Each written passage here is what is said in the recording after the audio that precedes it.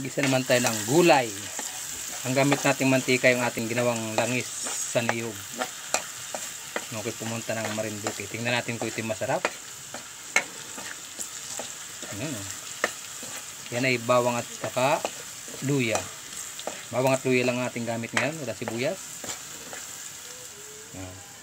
Tingnan natin. Masarap nga ang gulay. Yan. Papula-pulahin natin yan. Tapos ilagay natin ang gulay.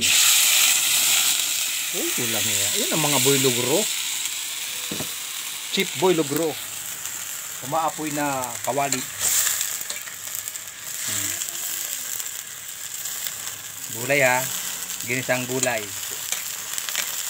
Ang balawak niyan. Yan. Sardinas. Sardinas ang ano niyan, no? Pati sardinas, oh. Dati 3 piso lang, ngayon, no? 26 na, oh. Anak ng kating na talaga, oh. Oh, binubuksan ng isang kamay, oh.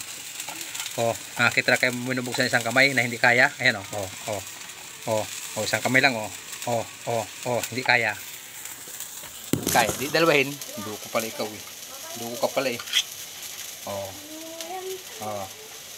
Ilagay. Sardinas.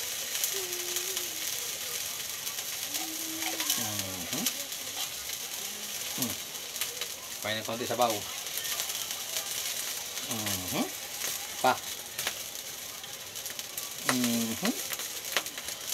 Pag matabang,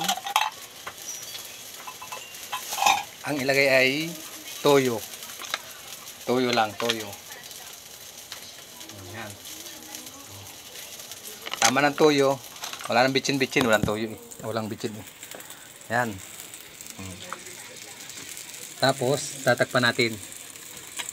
Okay? Ayos na. Yan ang ginisa.